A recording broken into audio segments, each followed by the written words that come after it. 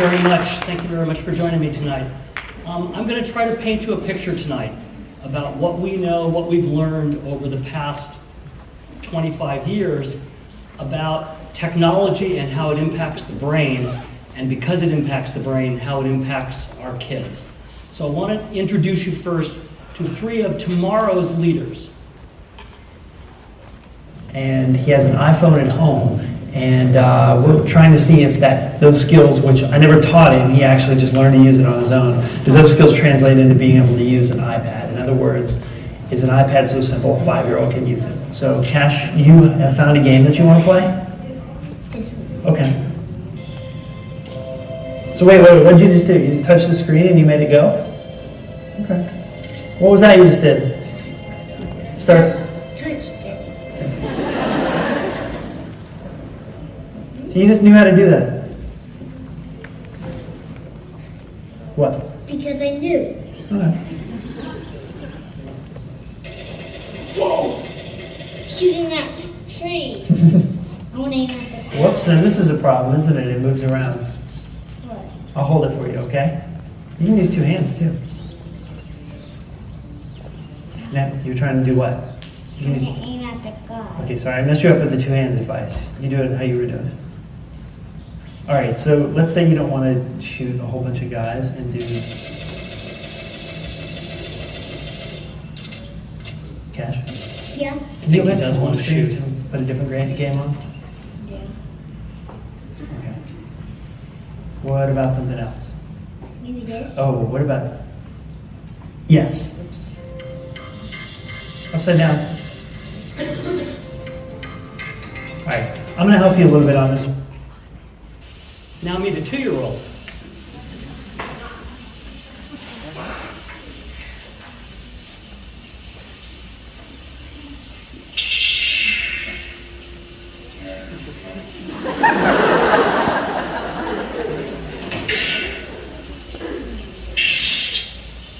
Good job.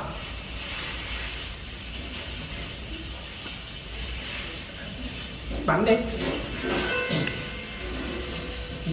Wow. Look at you go.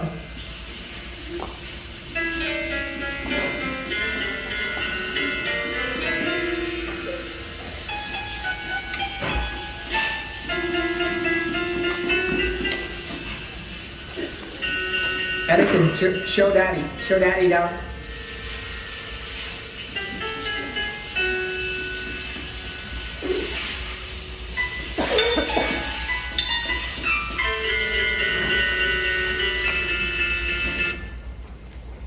Now I'd like you to meet my 9-month-old granddaughter experiencing the iPad for the first time.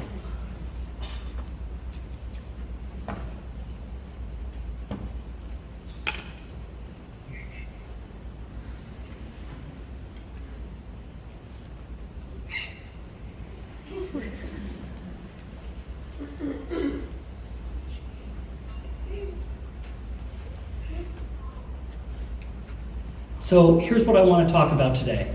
I want to tell you about different generations of people, and particularly the younger generations, and how they interact with technology. I want to talk about why children and teenagers and even young adults can't stay away from media and technology. I want to talk about why they communicate differently. I want to talk about why they think they can multitask and actually suffer from what I call multitasking madness. I'm going to talk a little bit about their values and beliefs and why they're so different from ours as parents. I'm going to talk about how the teenage brain works. I know that's a little scary, but we'll talk about that. And then I want to give you some strategies for parenting our high-tech children. So first of all, we are in the middle of what I think are 6 different generations. We start with the oldest generation, the generation called the silent or traditional generation, born between the mid-1920s and mid-1940s. And then we move to my generation, the baby boomer generation, born from the mid-1940s until the mid-1960s. And then all of a sudden we come up with this generation born in the 1960s that they call Generation X. If you know anything about mathematics, X means it's unknown. And they had no idea what this generation was going to be like being raised in the turbulent 1960s. After that, we kind of draw a line because you notice that these generations last for quite a few years. But all of a sudden, we find that generations are different. And in fact, they're really not full generations anymore, they're what you might call mini generations. And they're no longer defined by when they were born, but they're really defined by the kinds of technologies that they grew up with. So we have the net generation, born in the 1980s, which we believe are called the net generation because they're raised with the internet, followed by the I generation. Thank you to Steve Jobs for that little I, all the iPods and iPhones and Wii's that they use. And then we're starting to see this new generation that we call Generation C, born in the new millennium, because they're consistently and always connected. And that's what the C stands for. So life is moving much faster. And part of the reason is because technology is moving faster. Radio took 38 years to penetrate society. Telephone took 20 years, television took 13, cell phones took 12, and then all of a sudden the World Wide Web took over, and it took 4 years. iPods took only 3 years, blogs took 3 years to take over. MySpace, remember MySpace? MySpace took 2.5 years. Facebook took only 2 years to penetrate society. YouTube took 1 year, and Angry Birds took 35 days. In 35 days, Angry Birds went from nothing to 50 million users. Think about how that changes our world, and think about who is using Angry Birds. So take a look at this list. This is a list of technologies that should mostly be familiar to you, and none of them existed before the year 2000.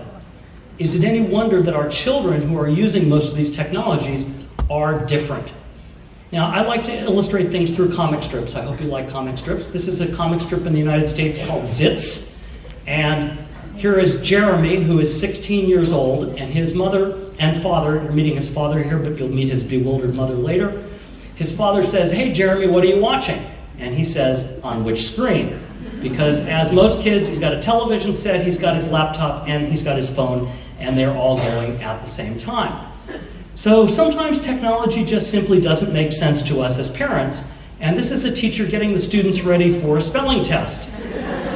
Now, I'm sure that all of you know what LOL is, right? Everybody knows what LOL is, but I have a question for parents out there. Do you know what POS means? This is one you should know. Parent over shoulder.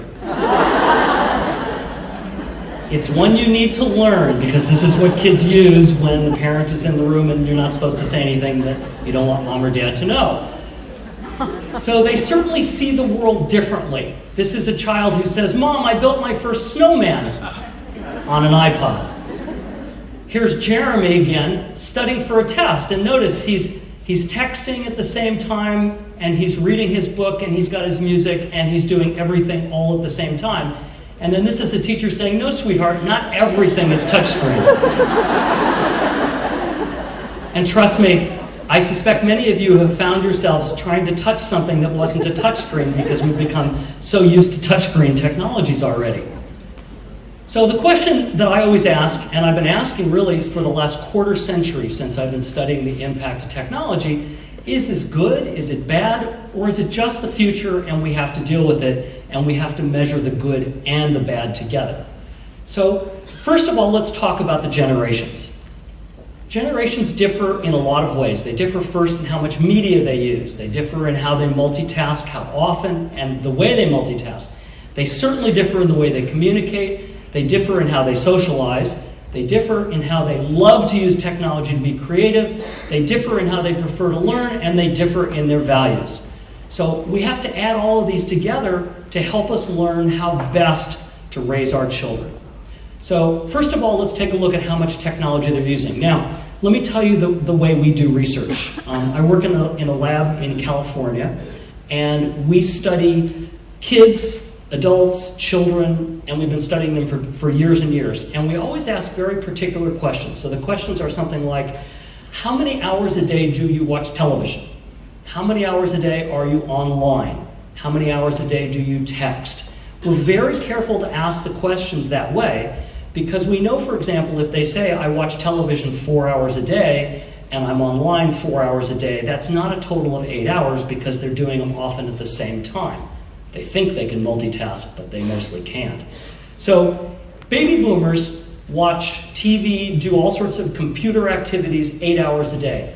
Gen Xers, 15 hours a day. Net Genners, born in the 80s, 21 hours a day. Now you know that's impossible, right? Because they're sleeping more than 3 hours a night. I generation, 21 hours a day, and even the young generation C, 10 hours a day. So the question is, what are they using the most? So we looked at specifically what kind of technologies do they use 2 hours a day or more. So baby boomers, television is their main technology. Do we have any baby boomers in the audience besides myself? Oh, good. Thank goodness there's some of us here. So baby boomers use technology, pretty much televisions, right? Gen Xers listen to music, use computers, watch television, and go online. Do we have any Gen Xers born in the 1980s? I'm sorry, born in the 19... Sorry, no. Let's scratch that. Born between 1965 and 1979, Gen Xers. That's better. How about Net Genners, born in the 1980s? Primary technologies, music, television, going online, and texting. All of these are done 2 hours or more a day. Now, how about the younger generations? First of all, they seem to be techies from birth, and this little kid says, "No, Grandma, listen, double-click the Internet Explorer icon." Maybe they're not there from birth, but here is the teacher saying, "Today I'm going to show you how to use a pencil sharpener. Are there any questions before I begin?" And the little boy says, "Yeah, I just texted them to you." So what are they doing with their media and technology? What do they use 2 hours or more a day? The I generation, music is their number one thing. Texting, going online, each of these more than 2 hours a day. Facebook, instant message and chat. And when we get to Generation C, the young ones born in the new millennium, we have television and video games. So we've got a picture of how our generations now use different kinds of technologies. But they also communicate differently. And I don't know if you can see this picture up in the corner, but this little girl is talking on her phone. She's a year and a half old, and she's standing there talking on the telephone to her mother, who's standing right behind her. Down here is Jeremy again, and Jeremy is sitting, seemingly studying probably, and his mother says, "Jeremy, why aren't you answering your phone?" He says, "Oh, it's probably nothing." And she looks bewildered and says, "How do you know? What if it's important?" If it was important, they'd text me. Which is true. I have a 22-year-old daughter, and if I try to call her, her phone rings and goes straight to voicemail. If I want to talk to her, those of you who have teenagers, how do you talk to them? I have to text her to say, "I'm going to call you, honey, please pick up your phone." That's their reality of communication. Now, each of the generations has a preferred way to communicate. And in a study, we asked them, if you had to talk to a close friend, a very good friend, what would be your preferred way? And so for baby boomers, for example, their number one preferred way is face-to-face. Those of you who are baby boomers know that. We prefer to talk face-to-face with people. Second preferred way is telephone. Third is email. Gen Xers are exactly the same way, but once we get into the Net generation now, we start to see a different trend. Yes, the Net Genners would like to talk face-to-face, but all of a sudden number 2 becomes text messaging. And number 3 becomes the phone. And then when we get to our I generation kids born in the 90s, texting is the number 1 way they prefer to communicate. Number 2 is a tie between instant messaging, Facebooking, and phone. Facebooking could be also any social media that they use. They prefer that. And a distant 5th is face-to-face.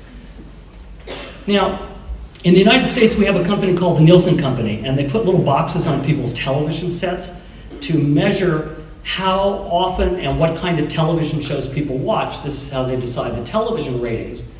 What people don't know is they also collect phone bills from 60,000 teenagers. And every 3 months, they compile the information, and they look at 2 things. 1, how many phone calls teenagers make and receive per month. And 2, how many text messages they send and receive a month. So what you have here is starting in 2007, we have a blue line that shows how many phone calls they make and receive every month. And it starts at 255 and actually goes down to 196. We're only making 196 phone calls made and received per month. However, look what happens to text messaging. Starts at 435 per month, and by the time you get up to September 2011, which is the last time they have data, the average teenager makes and receives 3,417 text messages a month.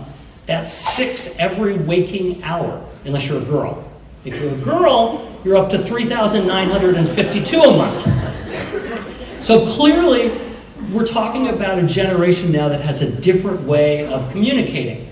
And Hong Kong is one of the leaders in this mobile communication. The penetration rate for mobile phones in Hong Kong is the second highest in the world. And 221% means the average person in Hong Kong has 2.21 cell phones. How many people are carrying 2 cell phones or more on them right now? Okay, those of you are average. Teenagers are the largest consumers of cell phones, and the most common activities that they do are internet search and social media. So these are very different teenagers that we're raising. And so my question is, has this led to multitasking madness? We've spent about a decade now studying multitasking, and I want to give you some research before I'd like to introduce you to this little kid here who has decided that it's much more effective to talk to both of his grandparents at the same time by having one phone in each ear, and all he has to do is talk and they both can hear him. And this is probably our typical teenager, perhaps. In one study, we asked teenagers, how often do you switch from studying to doing something else technological? Checking email, sending a text message, looking at websites, watching TV, etc. And what we have here is ranging from 9th grade up to 10th, 11th, and 12th grade. We can see that almost all of them say very often or somewhat often they switch from doing one thing to another. It's called continuous partial attention. What that means is that people are not focusing full time on anything. They're working at something for a little bit, then they're moving on to something else, then they're moving back to something else, then they're moving back to something else. In a few minutes, I'll explain to you what their brains are actually doing at the same time. But in one study, we asked them, imagine that you had free time. Imagine that you didn't have any schoolwork to do, you didn't have any cooking to do as a housewife, you didn't have anything else to do. And what activities would you choose to do all at the same time? And we gave them a big long list. Be online, eat a sandwich, drink a cup of coffee, have a Coke, whatever, it doesn't matter. We asked them how many things that they would be doing at the same time. And our aging baby boomers claim about 4.5 things at the same time. Most of them are not technological, but they still claim they can do 4.5 things at the same time. You can see as they get younger, when we get to our teenagers, our 16 to 18-year-olds, they think they can do 7 things at the same time. They think they can do 7 things at the same time. To me, that's sort of like juggling with 7 chainsaws all going at the same time, and yet they believe they can. We're going to see in a minute that they really can't do that. So let me ask you a question, show of hands. How many people can eat and play a board game at the same time? I'm pretty good at that. I think most people can do that. How many can read a book and listen to music at the same time? Okay, I can't do that, by the way. Baby boomers usually can't. How about surf the internet and listen to music? Pretty easy, right? How about read a book and watch TV? A little harder, fewer hands there. How about read a book and talk on the phone? I know you can do it, you're young. How about read a book, text, Facebook, listen to music with the TV on? I expect only the younger ones to raise their hands at this point. And they all believe they can. They believe that they can do every single one of these things at the same time. So again, let's go back to Jeremy, and Jeremy's mom says, Jeremy, why did you get a D on your chemistry test? Well, because I couldn't study for it. Why couldn't you study for it? Because my iPod battery was dead. Now, this is my favorite part because the mom just doesn't get it. She's staring at him, and he says, you can't study without an iPod, Mom. And she says, and yet Mendeleev managed to organize the periodic table way before iPods. So one of the questions that we asked, and I think it's a very important question to ask, is how do students study? And what we did is we went into students' homes. We actually literally went into their homes where they studied, usually in their bedrooms, the den, the kitchen, wherever, and we asked them to study something important for 15 minutes. We didn't care what they studied, if you needed to study for a test, to write a report, study something important for 15 minutes. And my observer stood in the back with a clipboard, and every minute they wrote down what the person was doing. Were they studying? If not, what were they doing? They looked if they had a computer screen, how many windows were open, which windows were open. They asked them questions about studying strategies. Do you have studying strategies? They asked them questions about multitasking. Do you prefer to work on one task and then switch to another and go back and forth? Or do you prefer to work on one task until it's done and then work on another? You know the answer to that one, right? So the question is, how do they study? So here is a graph of how they study. At the bottom are minutes 1, 2, 3, 4, etc. to 15. On the side is how often they're on task, meaning they're studying. So our students are focused for a couple of minutes. Notice about 3 minutes they're focused. Then all of a sudden they get distracted. I'll tell you in a second why. Then they get focused, and then they get very distracted at about the 8, 9, and 10 minute. And then all of a sudden they get focused at the end, although I think that this is because they thought, uh-oh, the 15 minutes is coming to the end, I better look like I'm studying. So one of the questions we asked is, why?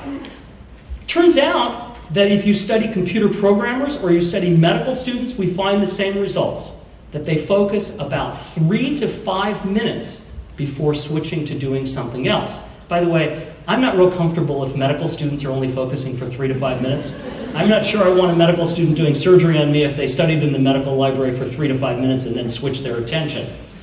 But remember I said that we looked at what was on their computer screen?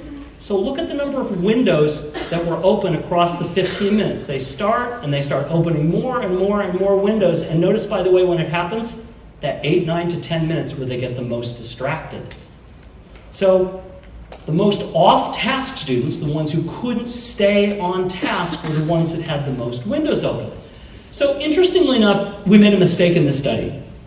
We meant to ask them, what grade do you expect to get on what you're studying? We messed up. Instead, we asked them, what's your grade point average? Turns out that was a really good mistake. Because we asked, well, given everything we've learned from just 15 minutes of looking at these students studying, what might predict who were the better students and who were the worst students? So of course the best predictor, nicely, was those students who were able to stay on task longer for the 15 minutes had a better grade point average. Those students who had strategies to study, who knew how to study, were better students. Those students who preferred to work on something for a little bit, switch to something else, switch back, worse students. Those students who use more media every day, more of the television, more of the media, were students. And surprisingly, if they checked Facebook just once during the 15 minutes, they were worse students. We're going to talk about why that happens and what happens in the brain. So the problem is really between their left and right ears. And most of it happens in an area right here, right behind your forehead, called the prefrontal cortex. The prefrontal cortex, that's me, by the way, having my prefrontal cortex scanned. And this area down here is showing how much activity is happening in 16 different areas of my prefrontal cortex. The reason that we do that is because in various areas behind your forehead, there are different things going on. Probably the most important part of your entire brain is right here, right behind your forehead. It's your executive controller. It's your boss. It tells your brain what to do. It is where you have what's called working memory, where when you're working on a problem, when you're thinking about something, your prefrontal cortex is what's directing what's going on. It's where you focus. It tells your brain what to focus on. It helps your brain make decisions. It helps your brain control multitasking. And right dead center in the middle is the part of your brain that controls impulses. Now the question is, what's going on in our studying brain? So here's our studying brain. Television, phone, oh yeah, and books. And so our studying brain is making its prefrontal cortex literally go crazy. And what we call these are weapons of mass distraction, because technology has become a major distractor. It distracts us from the outside, the beeps, the buzzes, the vibrations. By the way, has anybody ever had an experience where you felt a vibration in your pocket and you reached down and grabbed your phone and there was nothing there? What happened? There's actually a name for that. It's called phantom pocket vibration syndrome.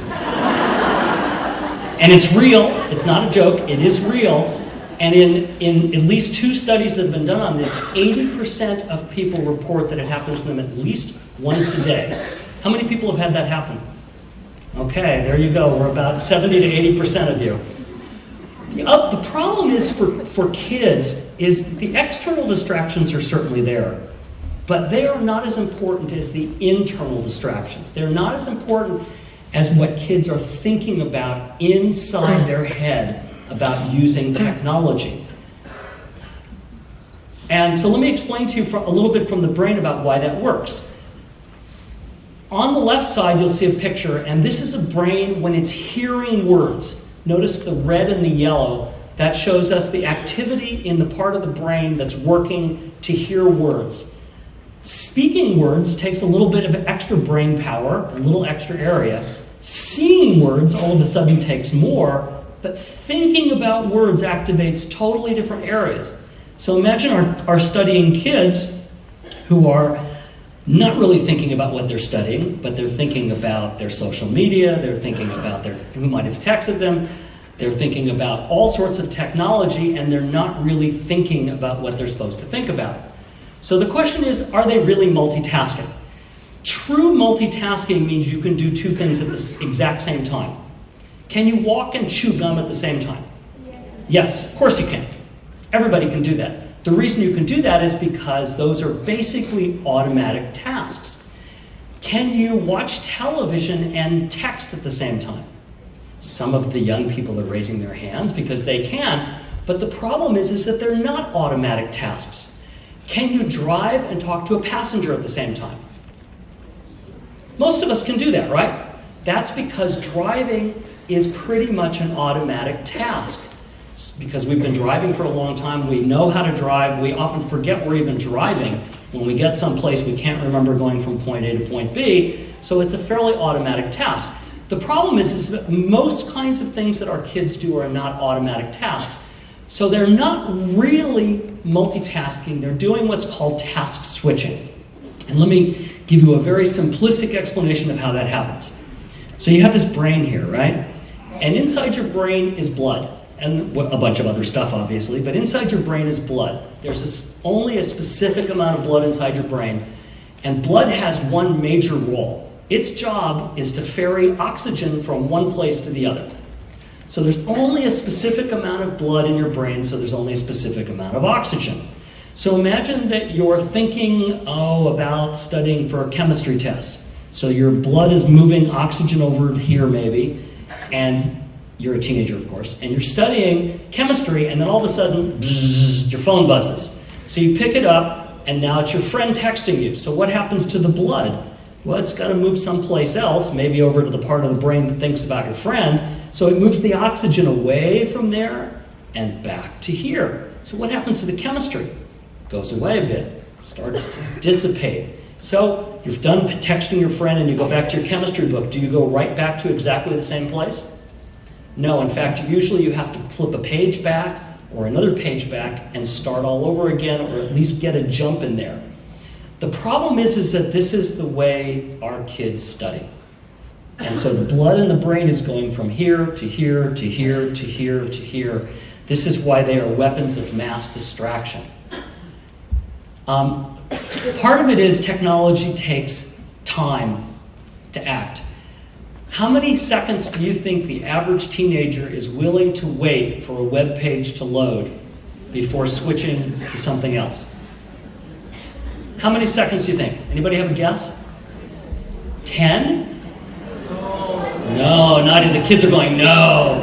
2 seconds. If a web page does not load in 2 seconds, more than half of teenagers and kids will not wait, and they will move on. What happens when they move on? Well, there's 2 seconds of slack time there. And what do they do in the slack time? They usually grab their phone and text somebody. So they think they're doing multiple things at the same time. They're trying very hard, but they're not being very effective. So what does this cost them? is back and forth and back and forth. Well, it certainly is moving the oxygen back and forth across their brain like crazy, but it makes it difficult to attend and focus, obviously. They make poor, sometimes stupid decisions. They only study at a very surface level rather than getting deep into something, because in order to get deep into something, you have to move a lot of oxygen into an area so that your brain and the nerve cells can process that information. And if you don't move enough oxygen, it's not processing the information very deeply, so it's at a very superficial level. They get information overload because their brain is switching back and forth and back and forth and back and forth. This leads to poor sleep habits, unfortunately, which leads to overuse of caffeine. I learned the other day in a talk that somebody gave, they put up a picture of a cup of coffee and a can of Monster soda. You know what those are? Those energy drinks. Monster soda has 4 times the amount of caffeine that a cup of coffee has. And yet, if you look at kids in school, a lot of them are consuming those kind of drinks. Why are they consuming them? Because during the day, they're multitasking like crazy. They're not sleeping enough at night. And because they're not sleeping enough at night, they think they need to rouse their brain up so that they can do more multitasking. So let me talk to you about what happens when people are born. When you're born, your nerve cells are like electric wires, except that, you know, when you plug an electric wire into a socket and you route that socket to the lamp light goes on. But if you look at that electric cord, it's got some sort of rubber around it, right? What would happen if that rubber was stripped off of it? Do you think when you plugged it into the wall, it would get to the lamp? My guess is it would probably spark and not get there. Well, babies are born basically without any of that rubber coating on any of their nerve cells. And so this is what happens. You've got a nerve cell in a baby's brain that's trying to send a signal across from here, maybe to here, maybe to here, but the signal's getting lost along the way. As kids grow, these little fatty cells called myelin start wrapping themselves around the nerve cells, just like that rubber starts wrapping itself around the cord. The problem is that it doesn't really take effect completely until adulthood, and the really sad part is that the last part to have those fatty cells wrapped around are right here. Whoops, sorry about that. So, this is how fast, how much of those fatty cells wrap around, and this is age. Notice what happens is we really don't get a complete development of this until our mid to late 20s, sometimes even in our 30s. And for those of us who are a little bit older, I'm sorry to tell you that after about 45, those fatty cells start to go away, and we start to forget things, which is why some of you may find that you walk to the kitchen and you open the refrigerator and you stand there and you can't remember what you were looking for when you walked in. That's because those fatty cells are starting to deteriorate and your brain is acting like it has wires with the rubber coating sort of cut, so it's sparking away along the way. So what does it all mean? First of all, without this coating called myelin, those nerve cells do not conduct the signal very well. The last area of the brain to have that myelin is right here in the prefrontal cortex. The prefrontal cortex is what's controlling everything you do, and this doesn't happen until the late 20s and early 30s. So is it any surprise that our kids don't exactly make smart decisions? So part of it is the brain needs sleep. And this is one thing that is really troubling to me as both an educator and a child development specialist, is that doctors recommend that teenagers get 9 hours of sleep a night. Now, how many people have teenagers? Do they get 9 hours of sleep a night?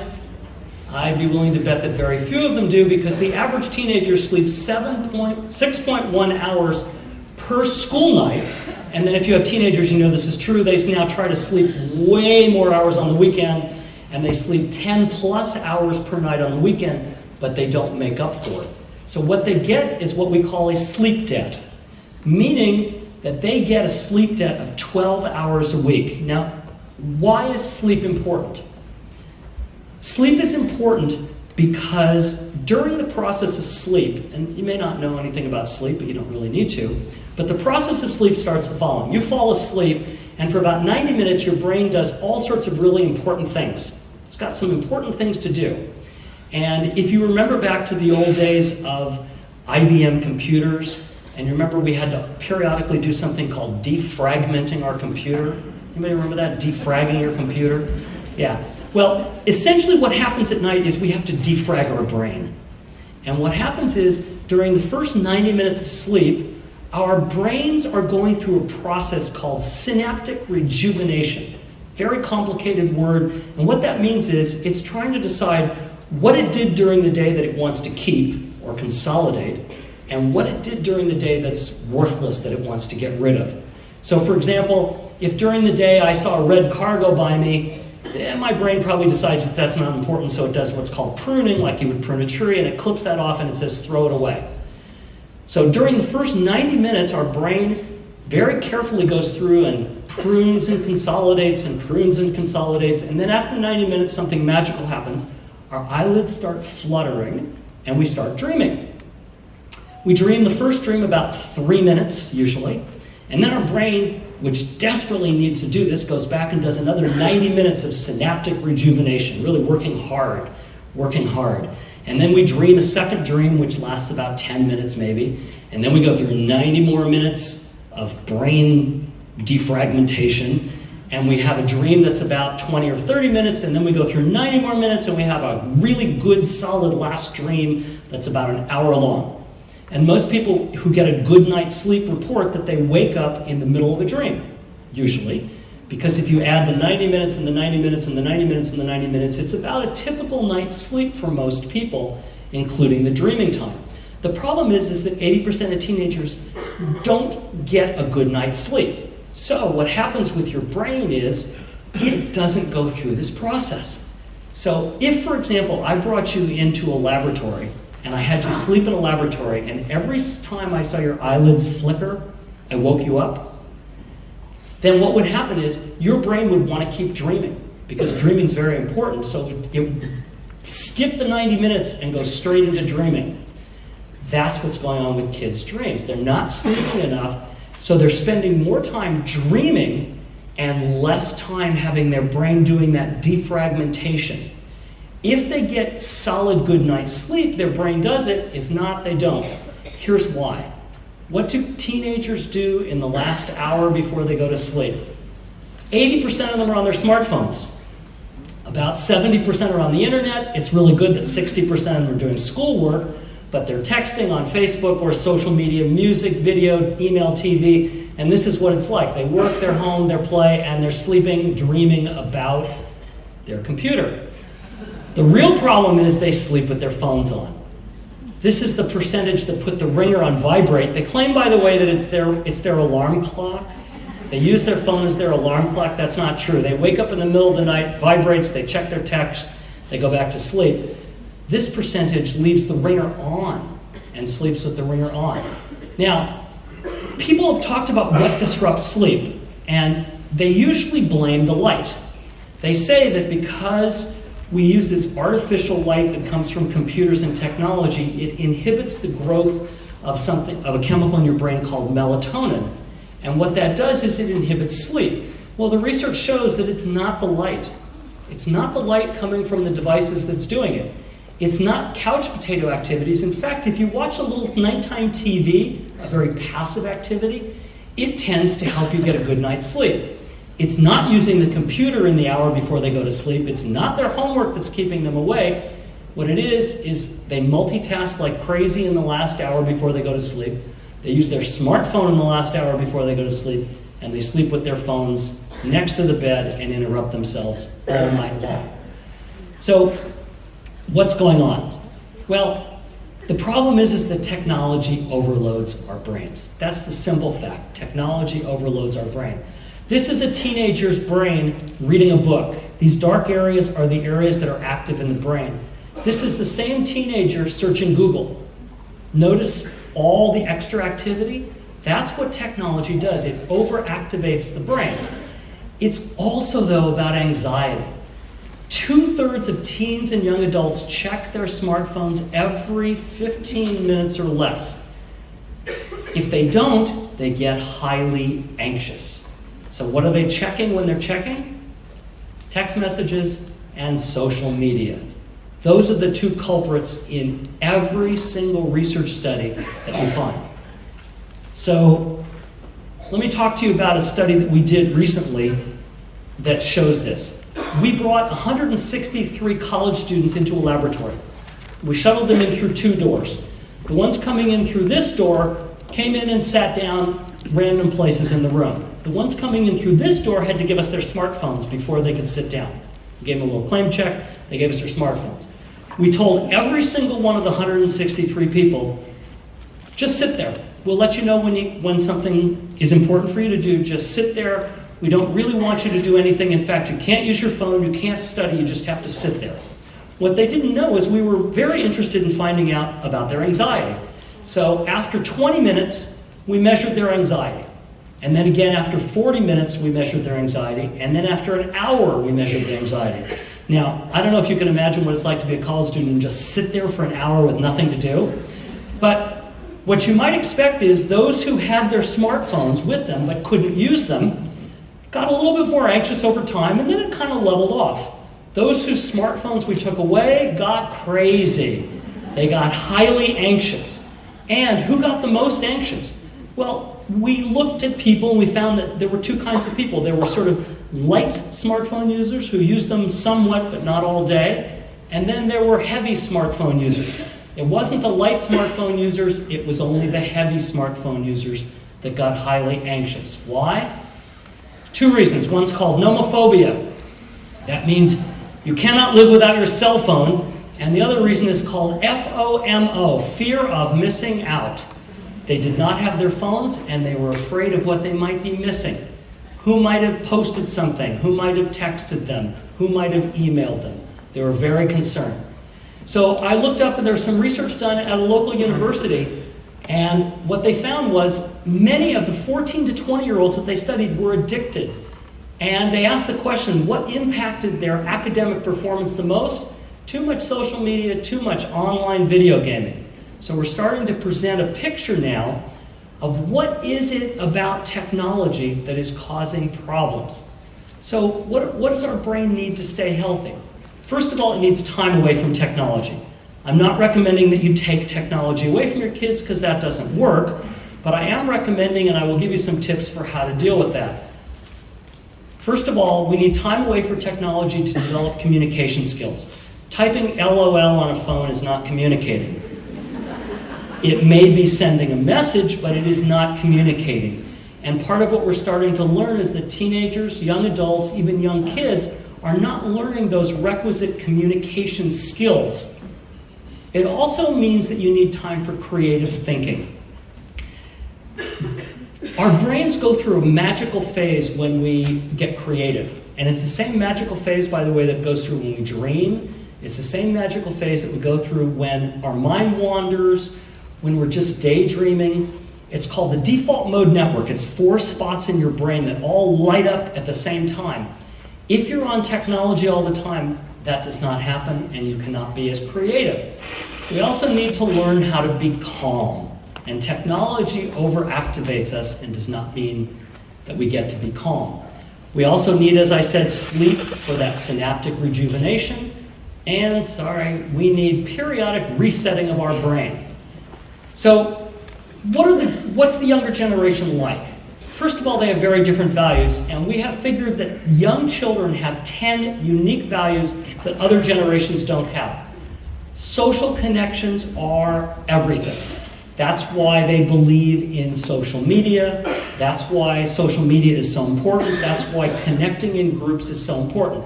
Speed and immediacy is absolutely critical. Like I said, 2 seconds, they're gone. They believe in themselves. They've seen people like Mark Zuckerberg at a young age become a raging success and a multi-billionaire, and they believe they can do it also. They enjoy being creative. They enjoy creating with technology. They have, this is a new machine here. They have strong, There we go. They have strong family connections. This is the first generation. When you ask them, who would you talk to if you had a problem? Usually in previous generations, it would be my best friend. Now it's my parent or my sibling. They have a very strong work ethic. They want to work hard, but they get easily distracted. They prefer to do their work in teams. This is the first generation that would prefer to work in groups rather than to work alone. They prefer to have deadlines for projects, but they don't want periodic reports.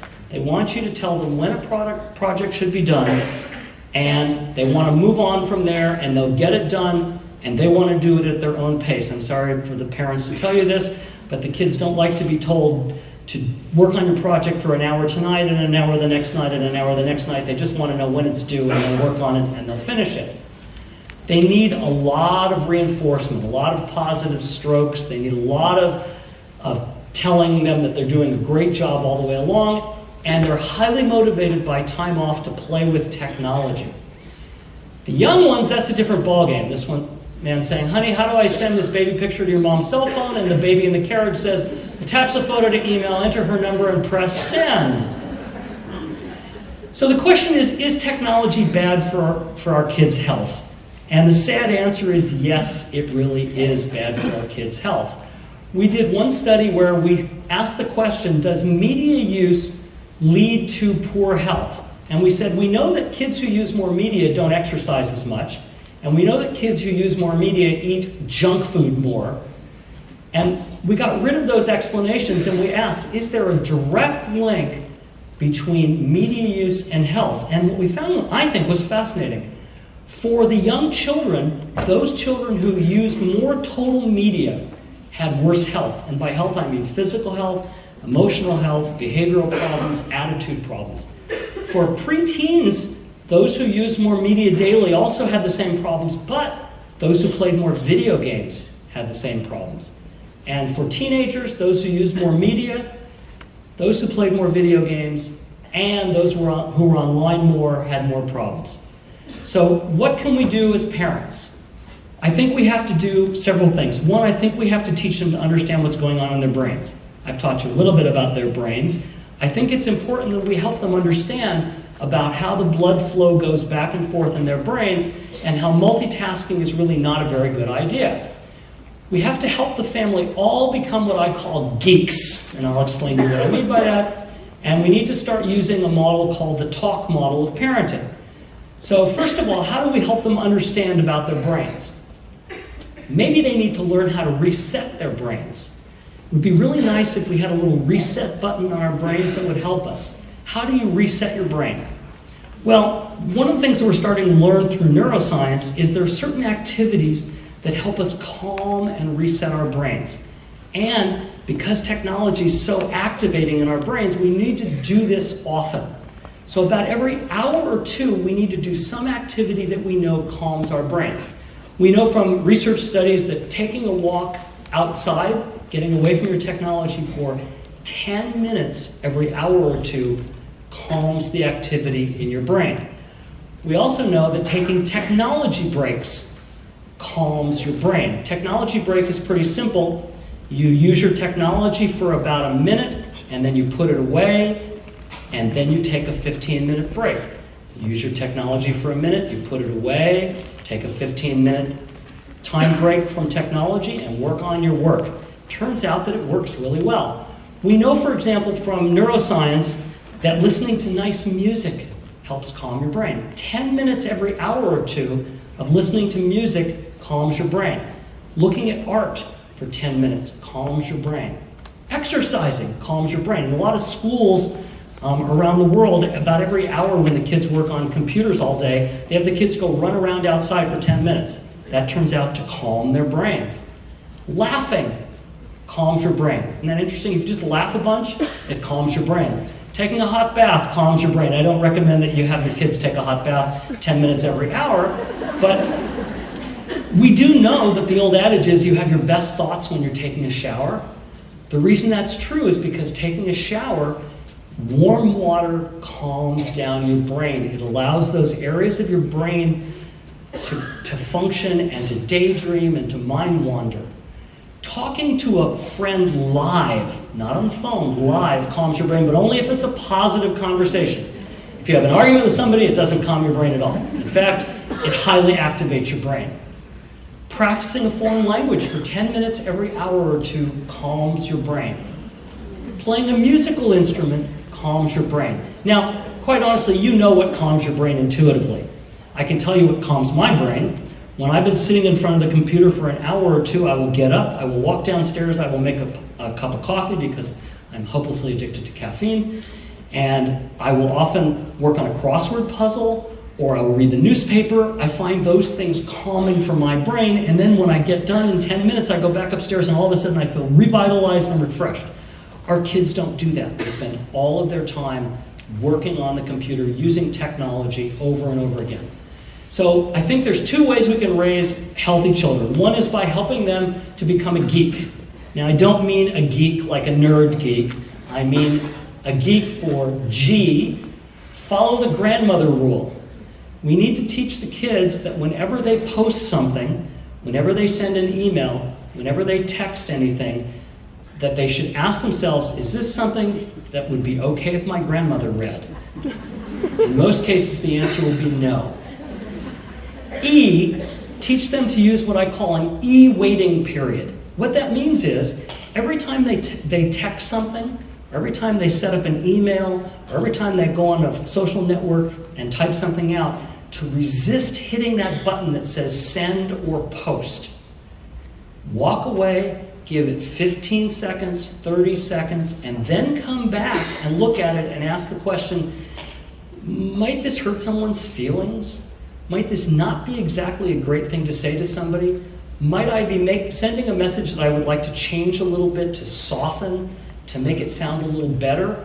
Sometimes it only takes 15 or 30 seconds for a teenager to realize that, oh, in a real hurry they said something that was kind of nasty, and if they waited a few seconds before pressing that send button, they would have changed their mind. Sorry. The other E says start early with your children. As soon as you give your children an iPhone to play with, an iPad, like my granddaughter Grayson playing with the iPad, that you need to start having regular discussions with your kids. And there's two ways to have discussions. One are called family meetings, and the other called family dinners. Turns out that psychologists have studied the impact of just sitting and talking with your kids without technology. And they've discovered that if you have a meeting once a week with your kids where everybody sits on the floor, and why do we sit on the floor? So that parents aren't really tall and kids aren't really small, so everybody's at about the same height. If you have a meeting about once a week for a few minutes when the kids are young, and as they're teenagers they get bigger and bigger, you lengthen the meeting to maybe 10 or 15 minutes, no technology, and you simply ask them questions like, what do you like about that video game you play? That would be a thing you might ask a preteen. If it was a teenager, you might say, hey, I heard that some kids get cyberbullied. What does that mean? Do you know anybody that's been bullied before? Can you talk about it? You're building up trust with them. You're building up a way that they will then want to come to you as their parent and talk to you about any kind of problems they have. And then the second way is family dinners. Psychologists for decades have discovered that if you have 4 or more family dinners every week, it leads to healthier teenagers, healthier kids. Now, what do I mean by family dinners? What I mean is no technology. And if you can't stand not having your BlackBerry or your iPhone at the table, and your kids can't stand it, then start dinner by saying, okay, everybody look at your phone for a minute, and then put your phones away. And then in about 15 minutes, let everybody look at their phone for another minute, and then put the phones away. And then another 15 minutes, look at your phone for a minute, and put them away. That is the only way you're going to quench that anxiety that everybody feels, that fear of missing out, that nomophobia. And then K, you really need to keep vigilant with your kids. You need to manage where the technology is. Kids get in trouble when the technology is not in a public place. The research shows that if technology is in the kids' bedrooms, if they form what's called a techno-cocoon, that they end up having more problems. You also need to monitor screen time. Parents always ask me, how much time should I allow my kids to use technology? And my answer is very simple. When they're young, The ratio is 1 minute of technology for 5 minutes of non-technology. Meaning, if they play with an iPad for 10 minutes, then 50 minutes of time where they interact with mom and dad, where they play with toys, where they build blocks, where they do something non-technological. Then as they get older, that ratio changes, and usually about preteen, 10 to 12 years old, it's about 50-50. So every 5 minutes that they play with technology, they have to do 5 minutes of something else. Go out and exercise, do something. As they get to be teenagers, the ratio flips the other way because they're using technology for school more, and so it becomes 5 to 1. For every 5 minutes of technology time, 1 minute of non-technology time. Don't allow kids to go for hours and hours on technology. It's not healthy. It doesn't help them. And then there's a process called co-viewing. What that means is, it's actually an old term from television. It means watch television together and talk about it. Same thing with technology. Use technology together. If you're going to be on a laptop and your kid's going to be on a laptop, sit at the kitchen table together, next to each other. Do them together. Ask them what they're doing. So years ago, I developed a model called the TALK model of parenting. T is for trust, A is for assess, L is for learn, and K is for communicate. And yes, I know that communicate starts with a C, but TALK did not really make a very good name for a model. It sounded more like baby powder. So trust. How do we engender trust in our kids? Remember, what we want our kids to do is we want our kids to come and talk to us when they have issues, when they have problems. So first of all, no technological filters on kids' computers. I know it's a temptation. There's all these programs that you can use that can filter things that they can see, that they can use. And this parent is saying, for the last time, will you please remove the parental lock?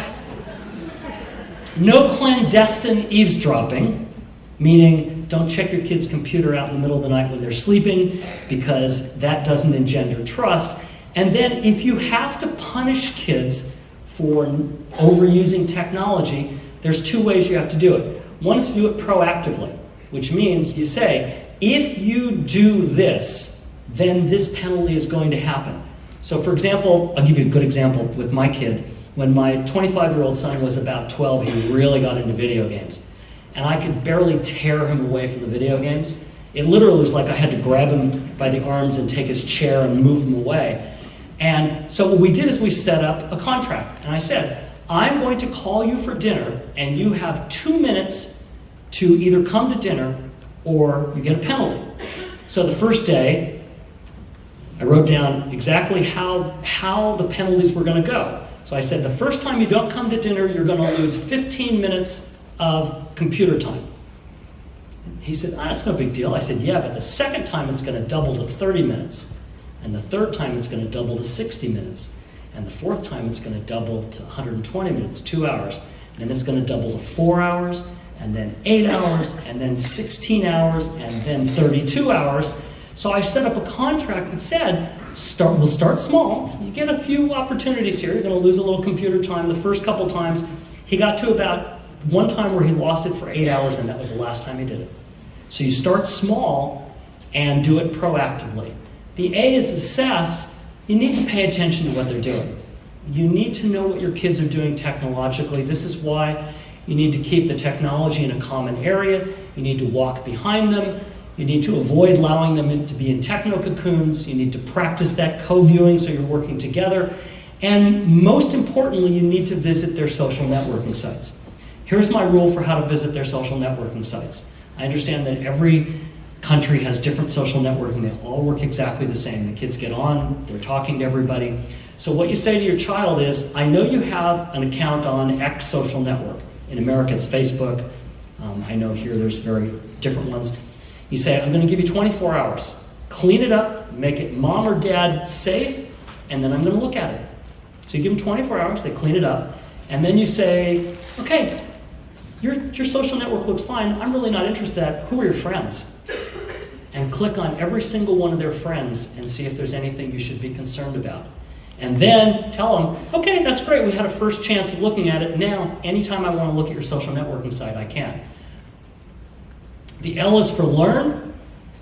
You have to gain knowledge. You have to learn about the kind of things they do. You don't have to be an expert, but you need to read about what they're doing. You need to ask friends about what they're doing. Ask your children about what they're doing, and try everything they do. Have them show you. Kids are so proud to show you all the new cool stuff that they know how to do. Let them show you so you can learn. And then the K is for communicate. You need to have those weekly family discussions. You really need to create more time together, either family dinners or evenings where you play games, do something non-technological. Create that environment that allows you to communicate together, and don't let the kids escape through technology. It's just too easy. It's just too tempting to let the kids use technology because they're quiet, but it's not good for their brains. Is this the way we communicate? Notice this family all together, all communicating. Even the dog is communicating. So if you can read this, you might be young. Can you read that? You can read that, right? Thank you for your time. Are there any questions for me? Thank you very much. I appreciate your time.